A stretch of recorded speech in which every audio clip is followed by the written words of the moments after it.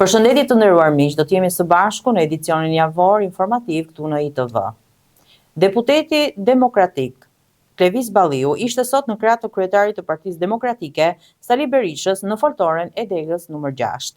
Gjatë fjalës së tij, deputeti deklaroi se Edi Rama nuk është më një kundërshtar politik, por një armik i interesit kombëtar. Sipas Balliut, përmes abuzimeve dhe vjedhjeve sistematike, Rama ka shkatëruar Shqipërinë, ka rënuar ekonominë dhe ka detyruar mijëra qytetar të largohen nga vendi. Gjatë fjalës së tij, kreu i opozitës ceku gabimin që PD bëri në 97-ën me firmat piramidale që solli krizën që pllakosi Shqipërinë. Sipas tij, qeveria e atëhershme nuk abuzoi me paratë e qytetarëve që nuk ishin futur në skema piramidale për të larë paratë e humbura dhe si rezultat, PD arriti të rikrihet si parti. Pas artikullit të Bloomberg, që u shpërnda gjërësisht në median shqiptare, kryeministri Edi Rama përmes një postimi thotë se është gënjeshtër që Shqipëria do të paguajë $1 miliard për të qenë në bordin e paqes së presidentit Trump. Po ashtu thotë se është gënjeshtër që palestinezët do të vinë në Shqipëri. Sa për mua personalisht, thekson kryeministri, rëndësi ka vetëm besimi i shumicës së shqiptarëve që më kanë gjitur e mbajtur 4 herë në majën e shtetit shqiptar dhe respekti i atyre që janë në majat e botës të Europës. Ndryshimet e reja ligjore që janë publikuar në flotoren zyrtare si pjesë e paketës fiskale e shtrin tashmë qartë aktivitetin ekonomik edhe në internet. Çdo person që gjeneron të ardhura online nga bloggerët te influencerët konsiderohet subjekt tregtar dhe është i detyruar të paguajë në faqen apo profilin e tij të dhënat bazë të NIPT-it, emrin e subjektit, adresën dhe kontaktin. Por si do të identifikojë administrata tatimore dhe çfarë do të ndodhë me individët që refuzojnë t'i publikojnë këto të dhëna? Ndryshimi në ligjin për procedurat tatimore ka përcaktuar mënyrën që do të ndiqet për të kontrolluar aktivitetin ekonomik online që gjeneron të ardhura në rrjetet të ndryshme sociale. Pas njoftimit zyrtar që do të dërgohet nga administrata tatimore këtu, VIP-a do të formalizojnë punën e tyre në rrjetet sociale. Qeveria po rishqyrton sërish projekt vendimin për çmimet e referencës së ndërtesave për banim në rrethe. Për herë të parë në hartën e çmimeve të referencës do të përfshihen të gjitha zonat rurale të Shqipërisë, sipas ndarjes territoriale të vendit në qytet-fshat. Sipas projekt vendimit, çmimet e referencës për zonat rurale propozohen të jenë të njëjta çmime me çmimet aktuale të referencës së pandryshuara që aplikohen sot për qytetarët.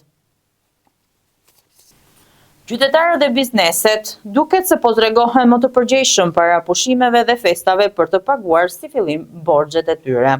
Sipas treguesve të shëndetit financiar të Bankës së Shqipërisë, pagesat ndaj kredive ishin më të rregullta në muajin nëntor. Duke bërë që huat me probleme ndaj totalit të huave që zbresin në 4.19% në muajin nëntor, një përmirësim ky më i lehtë në fund vit. Rritja e të ardhurave dhe punësimi më i qëndrueshëm duket se kanë forcuar aftësinë paguese të individëve. Ndërsa ulja e normave të interesit në 2025-ën dha ndikim duke ulur kostot e kredisë, duke ndihmuar qytetarët t'i paguajnë më lehtësisht kredit. Jo vetëm ndikimet nga ana e politikës monetare të Bankës së Shqipërisë dhe ecurisë së ekonomisë, por edhe ristrukturimet që bankat kryejnë, po ndikojnë në këtë raport të kredive me probleme. Një moment i pazakontë ka ndodhur në një emision televiziv në Turqi, ku analisti i njohur Ahmet Çakar ka habitur publikun duke nxjerrë flamurin shqiptar gjatë një debati për historinë e popujve. Teksa diskutohej mbi kontributet historike të kombeve të ndryshme, Çakar vendosi të shprehë hapur vlerësimin dhe admirimin e tij për shqiptarët, duke nxjerrë flamurin kuqezin në mes të emisionit dhe duke theksuar se sipas tij shqiptarët janë një nga popujt që kanë shkruar historinë e vërtetë. Analisti nuk e fsheu emocionin dhe respektin që ndjen për shqiptarët, duke folur me superlativa për karakterin dhe arritjet e tyre. Shqiptarët janë një popull i vendosur, besnik dhe shumë i suksesshëm në të gjitha fushat. Ata e kanë shkruar historinë e vërtetë, prandaj unë i admiroj dhe i mbështes në çdo drejtim, u shpreh Ahmet Çakar.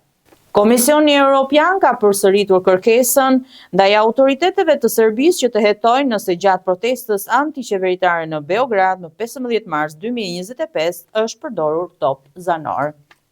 Ashtu siç është teksuar tashmë, presim një hetim të shpejtë, transparent dhe të besueshëm mbi pretendimet për përdorimin e armëve zanore kundër demonstruesve, thuhet në deklaratën e shërbimit për shtyp të Komisionit Evropian.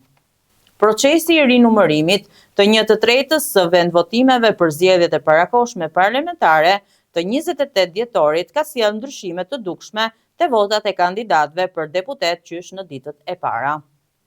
Deri më tani procesi i rinumërimit që nisi më 13 janar është përfunduar në 18 komuna dhe janë numëruar 262 vendvotime nga gjithsej 914 sosh.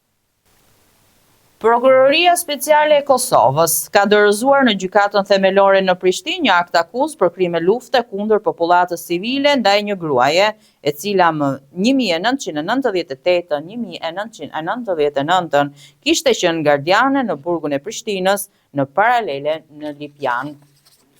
Sipas njoftimit e akuzuara në C si gardiane në paralele në programin në Lipjan, së bashku me zyrtar të tjerë të burgut, ka shkelur rregullat e së drejtës ndërkombëtare gjatë konfliktit të armatosur përkatësisht kohës së luftës.